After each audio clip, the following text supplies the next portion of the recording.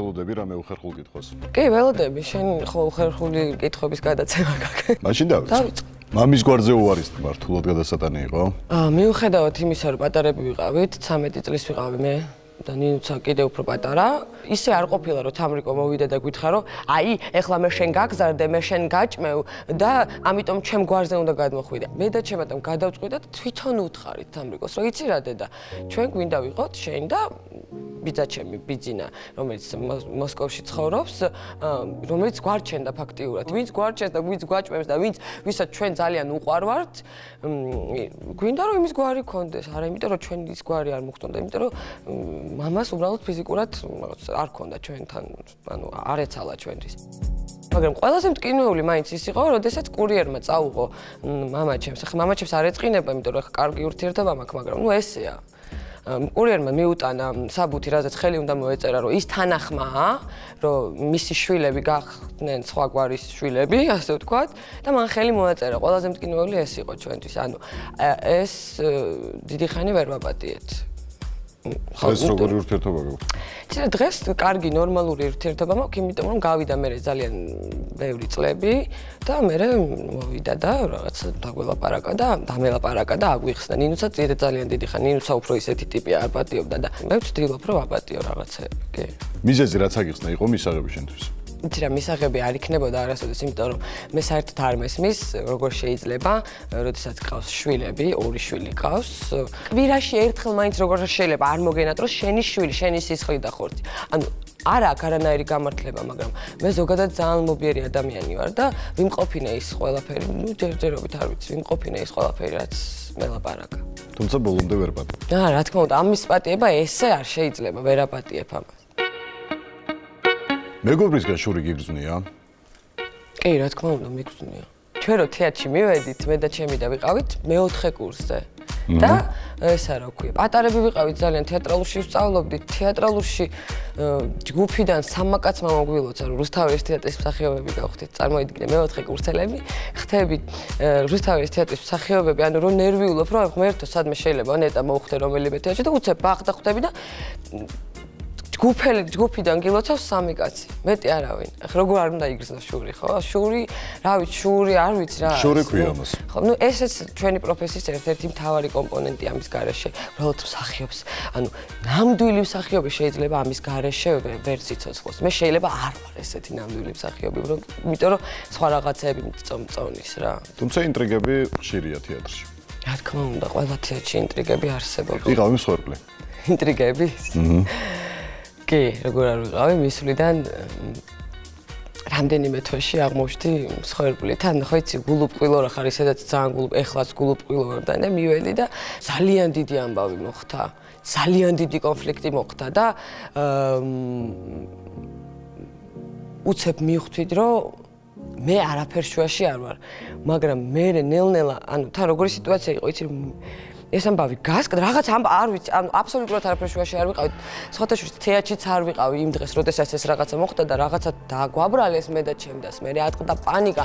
მე რა თქმა უნდა, მე ეს ყველაფერი არ მოვიწმინე, ავტეხე უარესი პანიკა ამ თეატრში 2 დღის მისულ. მაგრამ თეატრში რომ მიდიხარ 2 დღის მისულს გეძახენა. ეს 2 დღის მოსული ნახე, ეს 2 დღის მოსული და 2 დღის მოსული და ნუ ამაზე ატყდა მაგარი პანიკა. მე შემოვიდა უფროსი თაობის წარმომადგენელი სახელმწიფოს არ ვიტყვის ეს ყველაფერი გაიგო, მე არასწორად გაიგო, მე რა თქმა უნდა მეორე დღეს, როდესაც ყველაფერი გაირკვა აბსოლუტურად ბოდიში მომიხადეს, მაგრამ რეალურად ეს ადამიანი, ვინც ეს ყველაფერი მოაწყო, მე იმასთან უკვე უდიდესი დისტანცია მიჭირავს და ერთად ხარ დღეს თეატრში. რა თქმა უნდა, ერთად ვარ თეატრში, არაჩვეულებრივი ურთიერთობა გვაქვს, მაგრამ მე მიჭირავს ძალიან დიდი დისტანცია, იმიტომ რომ ეს სიბინძურე მაშინ პირველად ნახე და აღარ მინდა რომ ამ სიბინძურეში ვიყო ოდესმე. ნაბიჯი რომელიც სანანებელი გაგიხდა. აიცი, ახლა არ მახსენდება. ესე იგი, ესეთი სავალალო ნაბიჯი არ მქონია, რომელიც სანანებელი გამიხდა. არსებობს ადამიანი, რომელთან ურთიერთობასაც ნანობ. კი. ვინ იყო? მაგას მომკითხა. სანანებელი გამიხდა, მაგრამ იცი რა ავხსნი, ადრე, ანუ ეხლა უკვე აღარ ნანობ ამ ყველაფერს, იმიტომ რომ სინანული გრძნობაა მაინც. და რაღაც წლების წინ მე ამ ყველაფერს ნანობდი, რომ უნდა აიმე და ძალიან რო ქენჯნის ინდისი და რომ ნანობ, რომ აი რა დგინდოდა საერთოდ ეს ყველაფერი რაში გჭირდებოდა. ეს გრძნობაა მაინც. როდესაც ეს გრძნობაც გადის და უკვე ამ ყველაფერსაც აღარ ნანობ, უკვე აღარაფერი აღარ არის, ხვდები და როცა აღარაფერი აღარ არის, უკვე არაფერზე აღარ ნანობ. შესაბამისად, ეხლა მე დღეს უკვე ამ ურთიერთობას აღარ ნანობ, იმიტომ რომ არაფერი აბსოლუტურად არაფრად არ მიმაჩნია. ურთიერთობაც აღარ გექვს, რა თქმა უნდა. შეყვარებული იყო. კი, შეყვარებული იყო. არის როლი, რომელზეც უარი თქვი? ძალიან ბევრი. რის გამო ამბობ ხოლმე უარს? ისე თეთრ არ მაქვს ხოლმე ფუფუნება, იმიტომ რომ დასის მსახიობი როცა ხარ შტატის, სადაც განაწილებენ, გინდა არ გინდა, მოგწონს არ მოგწონს, გიწევს თამაში, იმიტომ რომ წესია, არ აქვს მნიშვნელობა შენ სტატუს, უმაღლეს კატეგორიაში ხარ თუ მესამე კატეგორია, ანუ არ აქვს მნიშვნელობა რა, ვინ ხარ და რას ზოგადად ეხლა მე არაფერს არ წარმოვადგენ, მაგრამ არ ჭრის არაფერი. და აი სცენარებს რომ აძლევენ ან რაღაც პროექტები, რაღაცები, რაც არის სერიალები, რაღაცები, უდიდეს ნაწილზე თქვი ვარი, რა სერიალებიც ახლა გადის ეთერში, რა ფილმებიც გამოვიდა, უდიდეს ნაწილზე თქვი ვარი. და იმიტომ რომ როლია და იმიტომ რომ კინოში გამოვჩნდე და ვაიმე და კინოში გამომაჩინეთ, მაგის გამო ვერ დავთანხმდები და თან ხშირ შემთხვევაში ისეთი როლებია, რომლებიც უბრალოდ აღარ მაინტერესებს. ეროტიულ სცენაში მიიღებდი მონაწილეობას? არა, არ ვიცით ჩვენ ეროტიული სცენების გადაღება. არ ვიცით, არ გამოგვდის. იყო შემოთავაზება? რა თქმა უნდა, არის და არის სულ შემოთავაზებები, მაგრამ არა იმიტომ რომ თქვათ ქმარი მყავს ან რაღაცა რომელიც ვერ გაიგებს შეიძლება ამ ყველაფერს. უბრალოდ არ ვიცით ჩვენ ამის გადაღება. უბრალოდ იმისაც არ მეშინია რომ ვიღაცა იტყვის რომ აი ახლა ეს რაებს აკეთებს. ანუ არ გამოდის ლამაზი. ყოველთვის რაღაცა დაძაბულობა ჩანს ამ სცენებში. მაინც აი მსახიობებს შორისაც აი რაღაცა ძალით ნაკეთები. მე არ ვაყენებ, არავის არ ვაკნინებ, მაგრამ მაინც ძალიან ძალით ნაკეთები არის. მე ჯერჯერობით მაპატიოს ყველა, მაგრამ მე ესთეტიური ლამაზი სცენა, სექსუალური, ეროტიული, სექსუალური კიდე სხვა არის, ეროტიული სცენა, სექსუალური მინახავს, ეროტიული სცენა არ მინახავს. ამიტომ მეშინია რატო უნდა გავრისკო. საზღვარგარეთ იგივე ჰოლივუდში ამის სკოლები არსებობს, ამას ასწავლიან ყველაფერს და მსახიობებს ეს კომპლექსიც აქვს მოხსნილი და იციან როგორ და რანაირად გააკეთონ და აქ ვერ გავრისკავ ეს ძალიან დიდი ბოდიში. ქალისთვის რამდენი პარტნიორია ზედმეტი? სექსუალურ პარტნიორზე მეკითხები? სექსუალური. თუ 10 ჯერ შეგიყვარ და რატო არის ზედმეტი 10? თუ 15 ჯერ ყვარებია, მართლა ყვარებია, რატო არის ეს ზედმეტი? თუ მართლა გიყვარს, მნიშვნელობა არ აქვს ციფრს, მე ესე მგონია. და თუ არ გიყვარს და ახლა გიჟივით ხარ და გაცოფებული დარბი ხარ და უღონთ ვინმე, ნუ მაგას ეს მარაზმია, რა თქმა უნდა. სექსი სიყვარულის გარეშე ამორალურია. არა, რატო? არ არის ამორალური. ესეც ადამიანზეა, ვიღაცისთვის ამორალურია, ვიღაცისთვის არა, ვიღაცისთვის ნებაა, ხვდები? ვიღაცისთვის უფრო საინტერესო, ვიღაცას არ უყვარს, მაგრამ ფანტასტიკური სექსუალური ურთიერთობა აქვს, რატო ამორალური? არავითარ შემთხვევაში. სხვის საქმეში ცხვირი ჩაგიყვია? კი, ამხელად ცხვირს ახლა როგორ არ ჩავყავთ შენი აზრი. ძალიან იშვიათად ხდება ეს, ძალიან იშვიათად. მაგრამ ხო, არა, სხვის საქმეში ცხვირი არასდროს არ უნდა ჩაყო, იმიტომ რომ არ არის, მაინც მე რეირკვევა რომ შენი საქმე არ არის და აბსოლუტურად არაფერ შუაში არ ყოფილხარ და ბოდიში ძალიან დებილობა რა, სხვა სად ეკვეხები, შენი პრობლემები არ ყოფნის, კიდე ვიღაცის საქმეში ცხვირი ჩაყო. ამიტომ ძალიან დიდი ხანია ესეთი რაღაც არ გამიკეთებია. არც დავინტერესებულ ვარ შენ. გარეგნობის კომპლექსი ქონია? მქონდა გარდატეხის პერიოდში მქონდა რაღაცა ტრაგედიაში ვიყავი. იმიტომ რომ სარკეშიც ვერ ვიყურებოდი 14-15 წლის ასაკში და ეს გაგრძელდა საკმაოდ დიდი ხანი, ძალიან დიდი ხანი პრინციპში, რა მთელი თინეიჯერობა ჩემს გარეგნობაზე მივშტიროდი ამ ჩემ გარეგნობას. რა მიშეცვლა გინდოდა? პლასტიკური ოპერაციას. ცხვირის ოპერაცია მინდოდა და ანუ დედაჩემო ბოლოს იმით გამაჩუმა, რომ 25 წლის რო გახდები, ცხვირის ოპერაციას გაიკეთებ, იმიტომ რომ ამიხსნა, რომ ადამიანის ორგანიზმი და ცხვირი მათ შორის 25 წლამდე იზრდებაო და მე რო გაიკეთებო, გაგიფუჭდებაო მერეო და ამიტომ და იმით გამაჩუმა, რომ 25 წლის რო გავხდებოდი, ვიცოდი რომ ცხვირის ოპერაციას გავიკეთებდი. მაგრამ 25 წლის რო გავხდი, მე ეს ცხვირის ოპერაცია ძალიან მაგრა ფეხებზე დავიკიდე, იმიტომ რომ მივხვდი რომ ანუ ერთხელ და სამუდამოდ მივხვდი რომ ანუ რა აზრი აქვს ეს რაღაცა ისევ ამ თვითგვემას და რას გავარ და რა უბედურება ანუ ბოლოს ყველა შეწუხდა ჩემი რგვლით რომ ამას უკვე ძალით აკეთებოდა მართლა არ ვაკეთებდი ძალით უბრალოდ ისე არ მომწონდა ჩემი თავი აბსოლუტურად არაფერი ჩემ თავში რომ ჩემთვის რომ მოეცათ მართლა ყველაფერს შევცვლიდი ჩემ გარეგნობაში. მე მივხვდი რომ ჩემს ოჯახის წევრებს, ჩემს მეგობრებს, ყველას აი ესეთი უყვარვა, როგორიც ვარ და ვიღაცა ხო უნდა იყოს ესეთი. ყველა ლამაზი ხო არ იქნება ამ ქვეყანაზე და ამიტომ დავიმშვიდე და დავიწყნარე ჩემი თავი ამით და რა ვიცი, მე ნელ-ნელა შეიძლება მომეწონა კიდეც ჩემი თავი და ეს ვარ რაც ვარ. ჭორი რომელმაც წყობიდან გამოგიყვანა. ჭორი იყო ესეთი, რომ მე მაშინ 25 წლის ვიყავი, დაიწყეს ლაპარაკი, რომ ვიღაცა 60 წლის კაცთან, ანუ 60 წლის კაცზე მაქვს, ანუ რა ხარ, ვიღაცას იქნებ უყვარს ეს უნდა აქვს ურთიერთობა, თან როგორ ამბობდნენ იცი ამ ყველაფერს, რომ აი აქ კაფეში იჯდნენ, იმ კაფეში, ანუ 10 რომლის სახელი და გვარი არს მსმენია და ერთ შენობაშიც არ ყოფილვარ, ხვდები და მე 25 წლის კიდე, ანუ 25 წლის კიდე ჩათვალე რომ 15 წლის ვარ რა, ანუ დაახლოებით ყველაზე გულუბრყვილო ადამიანი და ვერ მივხვდი, ანუ ისე მარტო აღმოჩნდი და ვერ მივხვდი რა უნდა მექნება, იმიტომ რომ ისეთი ადამიანები მირეკავდნენ და მეკითხებოდნენ მართლა რატომ იმალავდი გოგო ამას და ისეთ ცუდად გავხდი რომ ბოლოს მივედით ამრიკოს რომ დედა მეთქი მიშველე მეთქი, იმიტომ რომ მე ამას ვერ უმკლავდები მეთქი და ალბათ საგიჟეში ჩამაწვენენ თქო და თამრიკომ რა თქმა უნდა აი რა გაიგე? პირდაპირ იმასთან მივიდა, ვინც ეს ყველაფერი მოიგონა. გაიგეთ, ვინ მოიგონა? რა თქმა უნდა, თამრიკო. ახლობელი იყო? კი. ისეთი ახლობელი აღმოჩნდა, რომელსაც მე ძალიან მიყვარდა ეს ადამიანი და თამრიკო ყოველთვის მაფრთხილებდა, რომ იცი რა, დისტანცია დაიჭირე. ეს ყველაფერი რომ მითხრა თამრიკომ რომ გაირკვა, რა თქმა უნდა, რომ პატარა ქალაქი ხარ და თამრიკოს ძალიან ბევრი მეგობარი ყავს და რა თქმა უნდა, გაიგო ყველაფერი და ეს რომ მითხრა მე რა თქმა უნდა ხო რას ამბობ დედა ნუ და კინაღამ კონფლიქტი მომივიდა დედაჩემთან. დედაჩემმა რა თქმა უნდა დამისვა გვერდით, ჩემ წინ დაურეკა და ამ ადამიანს რაც საჭირო იყო სათქმელი უთხრა და მისი პასუხიც გავიგონე და პასუხი რა იყო, რა შედაჭერდა? პასუხი იყო რომ კარგი გავჩერდები. აღარ ვიზამ. და რატო დაჭერდა შენზე ჭორის გამოგონება? იცი რა არსებობენ ზოგადად ესეთი ადამიანების წრე არსებობს რო ამით საზრდო. რო იცი რა, ანუ სხდებიან და მოდი, აბა ეხლა ვის გაუმწაროთ ცხოვრება? მოდი ეხლა საწყალ რუსკას გულუბრყვილ 25 წლის გოგოს გაუმწაროთ, მოდი ცხოვრება, გავერთოთ. და ესე გაერთნენ, რა თქმა უნდა, ეს ჭამეს მერე ყველაფერი, მაგრამ მე ხო ჩემი უბედურება დამემართა, რომ ჩემს სიმართლეს ვერ მომტკიცებდი ცოტა ხანი მაინც. და კონკრეტული მამაკაცის სახელზე და გვარზე იყო ლაპარაკი? კი. იცნობდი? არა. ვინმესთვის ხელი გაგირტყავს?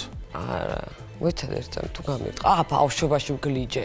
არა, როგორ არ გამირტყავს. ბავშვობაში მგლიჯე ჩემ ეზოელს ძალიან გამამწარა და აი ესე პირდაპირ ხელმოვთხლიჩე. რამდენი წლის ვიყავი? 14 თუ 15 წლის ვიყავი. ძალიან გამამწარა. ბიჭი. ზოგადად მე ხო ის მაქვს, უფრო მეტი კაცური თვისებები მაქვს, ვიდრე ქალის თვისებები მაქვს. პირდაპირ ანუ რომ ფიქრობ ხოლმე რომ კაცი რო ყოფილიყავი ძალიან კაი კაცი, კაი ტიპი ვიქნებოდი, იმიტომ რომ ძალიან ბევრი თვისება მაქვს ისეთი რა კაცური, აი არც მე შინია ეგეთი რაღაც, მაგრამ კიდე უფრო საშიში არის ჩემი და იმიტომ რომ სადმე კლუბში რო ვართ ხოლმე მარტოები თქვა, ანუ გოგოები რო ვართ ხოლმე კლუბში, ჩემთან ერთად ჩემი დის გვერდით საერთოდ არ მეშინია, იმიტომ რომ ვიცი რომ ისე დამიცავს რომ არ ვიცი, აი არ ვიცი, სამი კაცი გახია ცემაში, ამას წინათ კლუბში ვიღაცა მოვიდა და აპა და მუშტები და იჩხუბა. მეც აი შემიძლია არ მეშინია ეგეთი რაღაცების რა. რის გამო მოკლავდი ადამიანს? იცი როგორი კითხვაა, საშიში კითხვაა ძალიან. მაგრამ ჩემი ოჯახის წევრებს ვინმე რამე რო აწყენინოს, ან ერთი თმის ღერი ჩამოვარდეს, ან თუნდაც ჩემ ძმას, ან თუნდაც ჩემ დას, ან დედაჩემს. არ ვიცი, ან ჩემ ვინმეს რამე რო ეტკინოს, ან გაეგაწროს, მართლა არ ვიცი რისი გაკეთება შემიძლია, იმიტომ რომ იმდენად აფექტური მდგომარეობაში ვარდები ზოგადად ეხლაც რომ რაღაცაზე რო ბრაზდები ისეთ აფექტურ მდგომარეობაში ვარდები მლეწავ და ნუ ეხლა ესეთი რაღაცა რო დავინახო მართლა არ ვიცი რას ვიზამ არ ვიცი ხალათი ურთიერთობის დასასრულს ნიშნავს მე ვერ ვაპატიებდი იმიტომ რომ ცოლ-ქმრის ურთიერთობა უკვე ისეთი ურთიერთობაა მით უმეტეს უკვე ჩემასაკში უკვე დიდი როცა ხარ და გადადგავ ამ ნაბიჯს და უკვე თხოვდები და ცოლი მოყავს ამ ხელა რო ხარ უკვე და ანუ რაღაცეებზე უნდა ნაფიქრი ქონდეს რომ უკვე რაღაცეებზე უარი უნდა თქვა ცოლის გინდა და საყვარელიც გინდა ან ქმარიც გინდა და ის საყვარელიც გინდა და ამ ყველაფერს თან ერთად ცხოვრობ საშინელება ღალატი კი არა არ ვიცი ამის გამო არა ამიტომ ცოლ-ქმრულ ურთიერთობაში მე პირადად ღალატს ვერ ვაპატიებდი არ მინდა არასოდეს ანუ ამაშინ არ ნუ გავიგებ რა მაგრამ რო გავიგებ დამთავრდება ეგრევე ყველაფერი სიკვდილთან პირველი შეხება სიკვდილთან პირველი შეხება ესე როდესაც ვიგრძენი და როდესაც მე შემეხო პირადად და ძლივს გადავიტანე იყო ბებია ჩემის სიკვდილი რომელმაც არ ვიცი, რომელიც ყველაფერი იყო ჩემთვის და ჩემი დისთვის, იმიტომ რომ ვერ ვიტყვი იმას, რომ დედაჩემი არ გვხვდიდა, დედაჩემს აქეთ ხელში მევეჭირი, აქეთ ხელში ნინუცა რაღაცა 21 წლის იყო თეატრალურ შოუში ჩაბარა და სულ ერთად დაგვათრევდა, მაგრამ ბებიაჩემი ვალა არ ვიცი, ანუ ის გვაღვიძებდა სკოლაში, გვაგვიშვებდა, გვაჭმევდა, ანუ ხვდები რაღაცნაირად გაგზარდა და ანუ არ ვიცი, აი განსაკუთრებული სითბო ქონდა ხოლმე ბებიაჩემის მიმართ. უბრალოდ არ მეგონა, ხო არსებობს რაღაცები ცხოვრებაში, რომ უბრალოდ არ წარმოგიდგენია და არც გიფიქრია. უბრალოდ არც დამიშვია, რომ შეიძლება ოდესმე მოკვდეს. აი არ დამიშვია არასოდეს. და ერთხელ რომ გავიფიქრე, ისე ცუდად გავხდი, რომ აბაზარი შევარდი, სარკეში ვიყურებოდი და გავფიქრებული ვიყავი, ეს რო წარმოვიდგინე, აი რაღაცას ხო წარმოვიდგენ და მიხვდები, რომ აი ერთხელ მოკვდები, აი ადამიანი ყოველთვის ერთხელ წარმოვიდგეს. ამიტომ უბრალოდ დამთავრდება ყველაფერი და მართლა არ იცი. მართლა უცებ არ გჯერა ხოლმე, რომ ვინმე არსებობს აღმერთი. ანუ უბრალოდ რაღაც გაგხოვნ. აი ზუსტად ეგეთი რაღაც დამემართა ბებიაჩემ, ვაიმე რომ მოკვდება, რა გვეშველება, ანუ ყველას ერთად. და რა თქმა უნდა ეს დღეს დადგა და ნუ რა ვიცი ძალიან რთული. ეხლაც ძალიან რთულია ჩემთვის ამაზე ლაპარაკი და რომ მახსენდება და სულ მესიზმრება თან და სულ გვენატრება მეტად ჩემთვის. რამე მოგიპარავს? კი. რა? ესე იგი სკოლის პერიოდში მე და ჩემო ორმა მეგობარმა შევედით მაღაზიაში და მანიკურები მოვიპარეთ. გაგიგეს? არა და მეორე დღეს დარაზმულები წავედით რომ მოგვეწონა ძალიან კაი გემოქონდა და დარაზმულები წავედით დეზერტირების ბაზრობაზე და იქ ვერაფერი ვერ მოვიპარეთ. იმიტომ რომ გვესტინდისმა შეგვაწუხა სკოლაში ვსწავლობდით ალბათ მაშინ. მანიკურები რომ მოვიპარეთ ეგ ძალიან სასაცილოა. ხო, მომივარავს კი. ქალს უცდია შენი მოხიბლა? კი, და ძალიან მაგარია ქალს რომ მოწონხარ. დროდის მოხდა? ძალიან ალბათ წლების წინ, ალბათ 5-6 წლის წინ მოხდა. მე კი ძალიან გაკურებული უყურებდი, მე რა მოგწონს ჩემში თქო, მაგრამ გალერეში ვიყავით, კლუბი როა გალერი, იქ ვიყავით და პირდაპირ მოვიდა ძალიან კარგი გოგოთან. გოგოშკური გოგო იყო და მითხრა რომ ძალიან მაგრამ მომწონხარო და შენო არ მოგწონსო გოგოები და მე თქვი ძალიან დიდი ბოდიში მაგრამ არ მომწონს გოგოები. ეგ იყო ერთი შემთხვევა და ერთი იყო პოლონეთში, ორი გოგო მოვიდა რომელიც უკვე პირდაპირ სახში მიმათრევდა. და მე უთხარი, no. ლეყარებული მყავს მეთქი არა მეთქი ბიჭები მიყვარს არ მინდა გოგოები. არა ძალიან კარგი გოგოები, სამი გოგო მოსულა, სულ და სამივე ძალიან მაგარი გოგოები იყვნენ. დიდი მადლობა მათ მესიამოვნებთ. სიყვარული ერთხელ მოდის? არა. სიყვარული შეიძლება მოვიდეს ორჯერ, ნამდვილ სიყვარულზე გეუბნებ შეიძლება.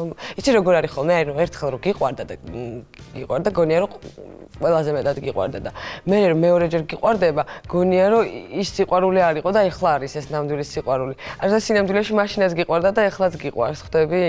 ამიტომ შეიძლება ბევრჯერ მოვიდეს. შენ რამდენჯერ გიყვარდა? მე მართლა გულახდილად გეუბნები რომ ერთხელ მიყვარდა და ეხლაც მიყვარს.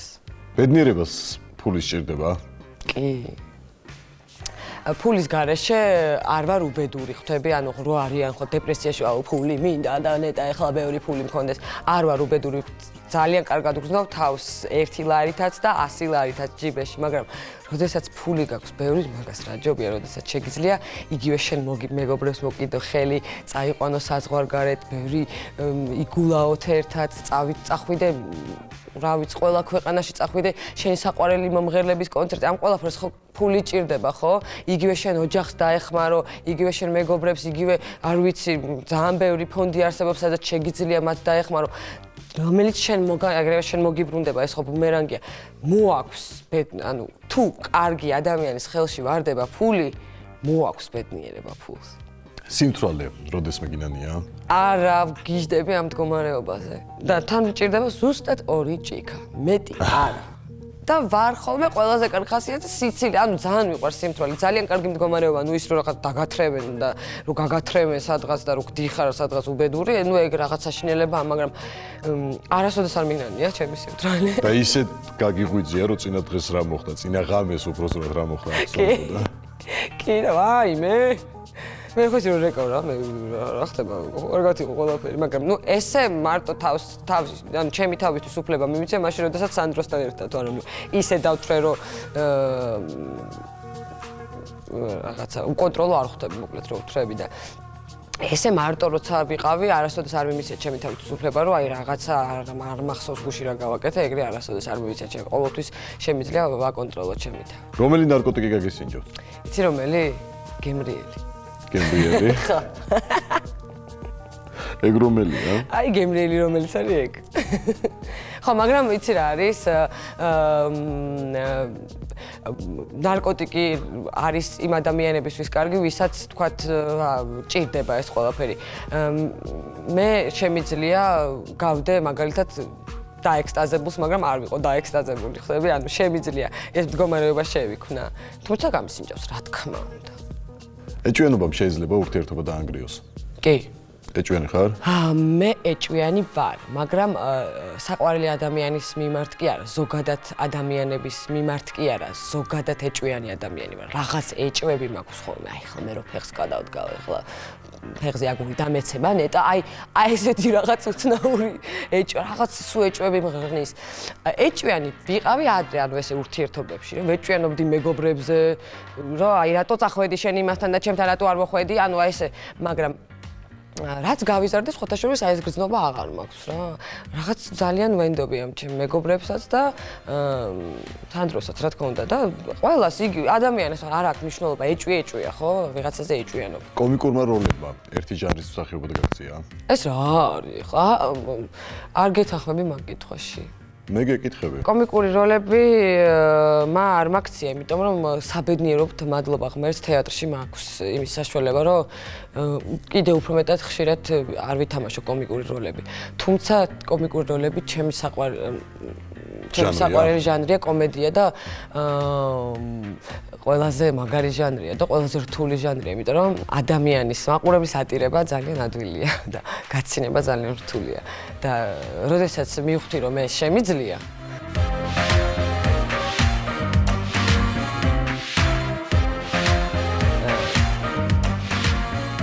სხვა შეგრძნებაა საერთოდ, აი საერთოდ სხვა შეგრძნება, როდესაც შეგიძლია რომ ადამიანი გააცინო, ანუ სიცილი ხო გაძლიერებს, გაბედნიერებს და გიხანგძლივებს სიცოცხლეს. ამას რომ შენ ხარ ტიპი, რომელსაც შეგიძლია რომ ადამიანი გააბედნიერო, გააცინო, ხდები და რაც უფრო მეტი კომიკური როლი მექნება, მით უფრო მაგარია. მაგრამ ხვდები, ანუ ხშირად კომიკური როლები, კომიკურ მსახიობებს აქვთ ხოლმე ის, რომ აი ჟილკა აქვთ იმისი, რომ აი ასრულონ ტრაგიკული როლები, რომ აიცი რა მე ესეც შემიძლია.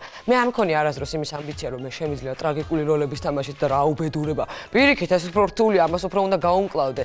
მაგრამ მაქვს მართლა იმის სიამოვნება, რომ ვითამაშო ესეთი ტრაგიკული და ესეთი სერიოზული დამჯდარი ქალების და გოგოების როლები. ასე რომ არ ვთვლი რომ მარტო კომიკური მსახიობი ვარ, თუმცა კაი იქნება რომ კომიკური მსახიობი დამერქვას ისე რა, სახალხოთ ესე ზოგადად.